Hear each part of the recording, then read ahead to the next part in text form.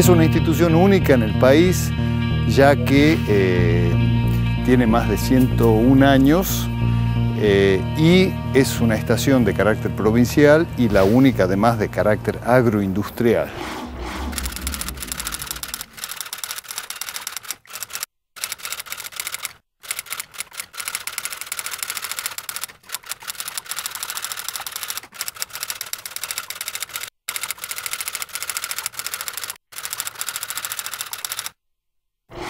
En la provincia hay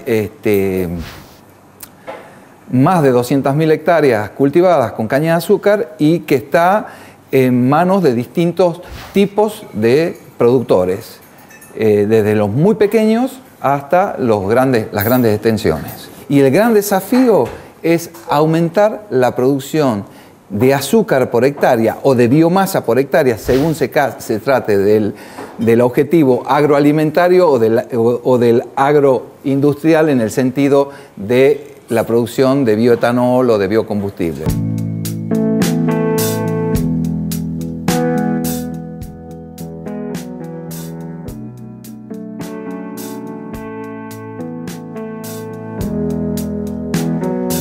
En este caso tenemos los dos padres, si te das cuenta están a distinta altura porque tienen distinto tamaño estos genes y todos los demás son los hijos. Entonces vos podés ver claramente cuáles son los que llevan el gen del padre, los que llevan ambos genes o los que llevan el gen de la madre.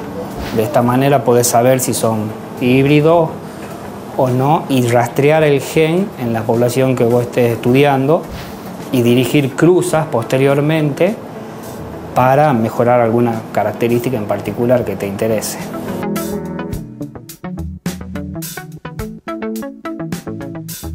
La etapa 1 sería la implantación, la etapa 2 sería la multiplicación, la etapa 3 el enraizamiento y la aclimatación, que es lo que se hace ya en el invernadero. Aclimatación o rusticación es lo mismo, ¿sí?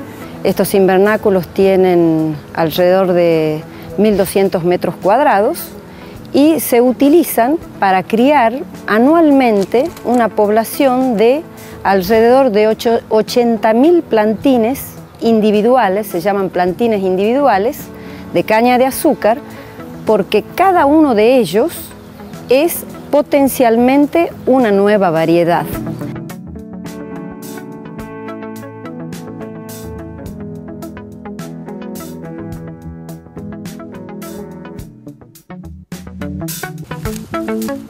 Entonces, de acuerdo a esa serie de características, se va seleccionando las mejores y descartando las peores. Para que vos te des una idea, en ese primer año de 80.000 plantines, que se producen todos los años 80.000 plantines, se observa y se evalúa cada una de ellas, por eso el equipo de mejoramiento es un equipo con mucha carga de trabajo, y se descarta el 90%. O sea, queda para la primera etapa o para la segunda etapa de selección, han quedado las 10.000, que son los superiores. Luego de varias etapas que pueden llevar hasta 12 años de trabajo, se llega a la última, los ensayos comparativos de variedades. Quedan 20 genotipos, 20 variedades top, digamos, que se prueban en diferentes ambientes. Y a partir de ahí se puede liberar una nueva variedad. Este año, en 2011, estamos liberando una variedad excelente, TUC 9510, estamos muy contentos con ella porque es muy difícil que una variedad supere a la variedad predominante en la región en alrededor de un 13% de caña por unidad de área. Otra área que tiene que ver, que es muy importante, con la generación de caña semilla saneada, que es el proyecto Vitroplantas, que provee al productor caña semilla libre de enfermedades sistémicas.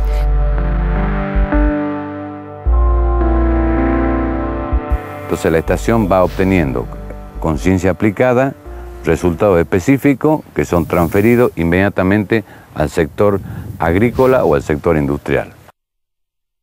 No todo es azúcar en Tucumán. De las 38.000 hectáreas de cultivos de limón que hay en Argentina, 35.000 están en esta provincia. Por esto, en la estación experimental también funciona un centro de saneamiento de cítricos. Una de las formas más efectivas de propagación de enfermedades en cítricos y en todos los cultivos en general, es la propagación a través de la venta o de la entrega de material enfermo. Entonces, justamente el centro de saneamiento viene a cumplir una función clave en ese sentido, que es el hecho de sanear todos los materiales, verificar, comprobar la sanidad del mismo, para de esa manera poder abastecer a los viveros del medio y que ellos hagan la comercialización de un material limpio y saneado. La estación experimental constituye un pilar básico en todo lo que es esa etapa de investigación y desarrollo, que es esencial para que después un productor o una empresa privada, ¿no es cierto?, pueda obtener ese fruto que está buscando de las mejores cualidades para darle el destino que es necesario. En sus 100 años de vida, la estación experimental ayudó a combatir diferentes plagas que diezmaban la producción. El mejoramiento genético y las vitroplantas hoy son las estrategias principales para superar estos problemas. Creo que es importante que la gente conozca que acá en el noroeste argentino se encuentra la comunidad científico-tecnológica más antigua de Argentina, trabajando ininterrumpidamente por más de una centuria.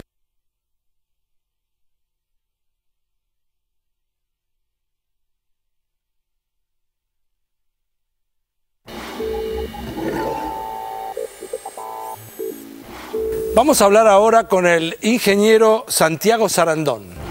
Nos visita hoy Santiago Sarandón, ingeniero agrónomo por la Universidad Nacional de La Plata, especializado en agroecología y desarrollo rural sustentable, profesor de la Cátedra de Agroecología Universidad Nacional de La Plata, investigador de la Comisión de Investigadores Científicas de la Provincia de Buenos Aires, Premio La Labor Científica, Tecnológica y Artística 2010 en la categoría Investigador formado en Ciencias Agropecuarias por la Universidad Nacional de La Plata. Le gusta leer policiales. Santiago, vos sos especialista en agroecología. Así es. ¿Qué es la agroecología? Bueno, el nombre suena a ciencias agrarias y ecología. ¿Sí? Es más o menos eso. Es un poco una nueva visión de la agricultura como un ecosistema modificado. Es decir, explícame, porque no sé lo que quiere decir eso. Un ecosistema. Claro, es decir, durante mucho tiempo los agrónomos manejamos los sistemas para producir. Pero en los últimos años ha comenzado a comprender la complejidad que tiene. Entonces, es una especie de síntesis entre las ciencias naturales y la agronomía. La agronomía estuvo como por fuera de las ciencias naturales, a pesar de que maneja ecosistemas y es la actividad que ocupa más ecosistemas en el mundo. Bueno, necesito preguntarte para entender. ¿Sistemas? ¿Qué quiere decir un ecosistema? ¿Qué es un sistema? Bueno, un sistema es un conjunto de elementos que cumplen una función. Muy bien. Cuando es un ecosistema es un conjunto biológico de elementos en algún ambiente determinado que cumple una función. Un desierto es un ecosistema, una selva es un ecosistema, un pastizal, un bosque. ¿Un glaciar? Un glaciar, esa zona, es un ecosistema. Un lago, un mar. Ok. Nosotros los agrónomos lo que hacemos es tomamos ciertos ecosistemas y los cambiamos para producir alimentos, fibra y ahora combustible. Entonces, durante mucho tiempo la agronomía no profundizó en conocer cómo funcionaban esos sistemas, los manejó. Pero al manipularlos los estaba cambiando. Exactamente. Y al cambiarlos, obviamente, ¿qué pasaba? ¿No miraba las consecuencias? Exactamente. Eso fue un poco lo que hoy se ve. Es decir, la visión del sistema, como lo explicamos recién, ¿no? Un sistema muy complejo, biológico, como una fábrica, logró producir. De hecho, todos nosotros seguimos comiendo. Sí. El problema son las consecuencias, como usted dice. Lo que hoy se está viendo es que esa visión tan simplista de siembro maíz, me preocupo de la densidad, qué fertilizo, qué herbicida, qué insecticida, generó la producción que se buscaba. Pero las consecuencias, no siempre visibles inmediatamente, de todo eso generan muchos problemas, dentro del campo, del sistema agrícola y por fuera. Entonces, La agroecología surge como una nueva visión, un nuevo enfoque que trata de aplicar el conocimiento, ¿no?, de la biología, de la ecología, para el manejo sustentable de los agroecosistemas. Ahora nos vamos a meter en eso, pero quiero de todas maneras hacer una observación. Cuando uno dice, no, yo lo dije en realidad, o sea que después me quedé dudando si estaba de acuerdo con lo que había dicho, porque yo le dije, bueno, entonces uno no medía todas las consecuencias. En particular, algunas de las consecuencias sí las medía porque uno siembra y produce y después, digamos, recoge, y entonces obviamente en ese momento eso es parte de las consecuencias. Claro. Esas las conoce. A lo mejor las que desconocía, no sé si adrede o no, o las ignoraba, eran cuáles otras consecuencias había que parecen ser dañinas, porque las buenas no hay problema. Claro, debe haber algunas consecuencias positivas también. En particular, obtener, digamos, en los alimentos, esto es claramente una consecuencia positiva. Hay que ver el precio. Exactamente. Cuénteme. Claro, el problema es lo que se llama las externalidades, que son las consecuencias previsibles, pero no deseadas, que no son el objetivo de nuestra actividad. El objetivo de producir maíz es cosechar maíz. Sí. Pero el modo de hacerlo genera ciertos cambios que tienen consecuencias. Eso, al no ser el objetivo, quedaba invisibilizado. Ahora, esas consecuencias nocivas, pongámoslas así, ¿son remediables? Buena pregunta. Algunas sí, otras no. Es decir, la agricultura tiene, entre otros aspectos, ¿no?, modifica la biodiversidad. Por definición, un agroecosistema es una simplificación de la biodiversidad natural a una o pocas especies de objetivo económico. Por definición, un agroecosistema en general tiende a disminuir la biodiversidad para poner la especie elegida por el hombre para cosechar. Ajá. El sistema actual es eliminar todo otro ser vivo, prácticamente. Toda otra vegetación, toda otra cosa. ¿Ese es el objetivo, dice usted? El objetivo de los agroecosistemas, hoy como se ve, es poner un cultivo y que el cultivo en lo posible no tenga ningún acompañante. Algo totalmente artificial, en contra de la tendencia permanente. Imagínense que los agroecosistemas ocupan en muchos países el 50% de los ecosistemas terrestres. La mitad está manejado por agrónomos.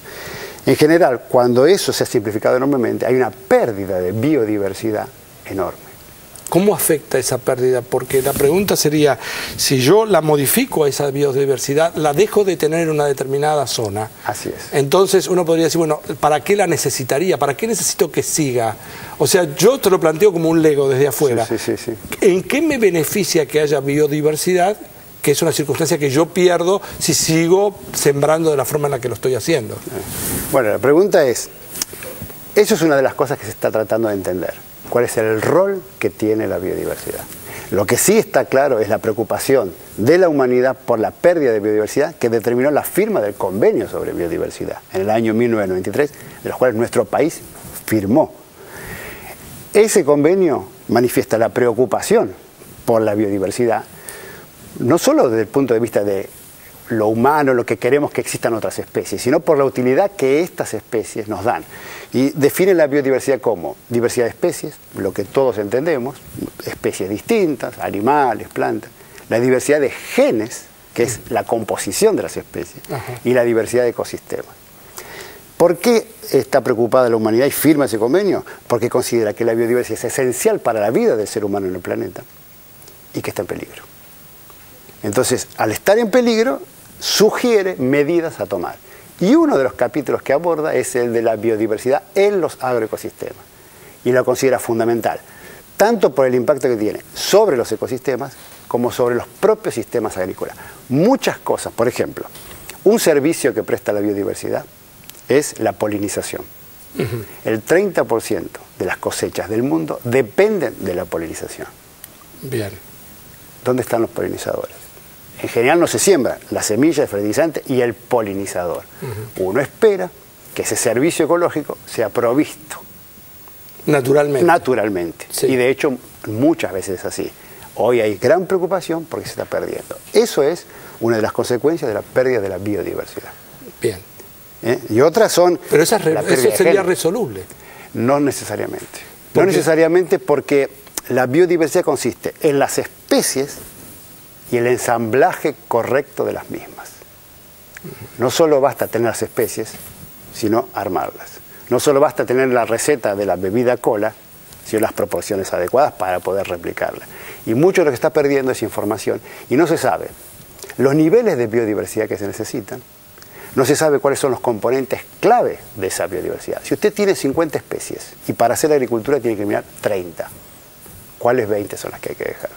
Si no se pudieran dejar todas, no lo sabemos. Ahora, entonces, mientras tanto, como no sabemos, ¿qué optamos? Por mantenerlas todas. Solamente mire, yo le hago de abogado del diablo. Sí, me parece perfecto. Porque es la única manera que tengo yo de entender. Sí, señor. Frente a la circunstancia, me lo voy a poner en términos crudos, extremos y quizás equivocados. Pero yo le pido a usted que me ayude a entenderlo. Si yo necesito sembrar, porque necesito darle de comer a la gente, en el medio es obvio que voy a pagar un precio. Así. Naturalmente, una manera sería matar a la gente, con lo cual no necesito más darle de comer. Ese sería un caso extremo. Sí. Otro extremo sería, digamos, eliminar la biodiversidad de una cierta zona, si esto me va a servir para darle de comer a la gente. Entre los dos lugares, yo obviamente voy a elegir matar la biodiversidad actual. Siempre y buscaré maneras o de resolverlo, o buscaré maneras de suplirlo, no sé. Pero mientras tanto lo que me preocupa, porque es urgente, es darle de comer a la gente. ¿Esta es una visión muy maniquea y equivocada? No, de hecho ha sido la visión predominante, es correcta. La preocupación, aquí aparece un nuevo elemento hace algunos años que un poco ayuda a generar un debate, es la preocupación por las futuras generaciones. Bien. Ese es el primero, sustentable. Desarrollo sustentable, agricultura sustentable, todo es sustentable. ¿Qué quiere decir? Eso quiere decir, según la definición oficial, es que exista la posibilidad de satisfacer nuestras necesidades, lo que usted dijo, tenemos que comer, fibra, combustible, pero sin hipotecar la posibilidad de que satisfagan las necesidades de las generaciones futuras. Bien. Ahí tenemos una obligación moral. Pero eso está medido. O sea, porque yo lo entiendo, como usted lo dice, como si fuera una expresión de deseos. Claro. Yo estoy usando la tierra de prestada, alquilada, porque después vienen otros que nos prestaron otros a nosotros y ahora nosotros la tenemos que dejar heredada a las que vienen a las generaciones futuras. Esa es la idea. Ahora, eso está... Vamos a hacer una pausa, pero le quiero preguntar en todo caso, entonces, ¿cómo está medido eso para saber que las consecuencias actuales realmente afectan fuertemente a las generaciones futuras? Porque entonces hay que incorporarlo a la ecuación inmediatamente. Por una cuestión de generosidad elemental, de solidaridad nada más. Hacemos una pausa aquí con el ingeniero Santiago Sarandón e inmediatamente volvemos en Científicos Industria Argentina. Descubrimiento e innovación en las cosas de todos los días. Alimentos saludables. Cocinas y hornos solares. Hormonas de crecimiento. Planes de prevención de adicciones. Tecnología para satélites y para viviendas económicas. Cultivos resistentes. Nuevas fuentes de energía renovables. Medicamentos y terapias contra diabetes, cáncer, Chagas. CONICET. Argentinos en las cosas. Genzyme. Compañía de biotecnología. Generando un impacto positivo en la vida de los pacientes. www.genzyme.com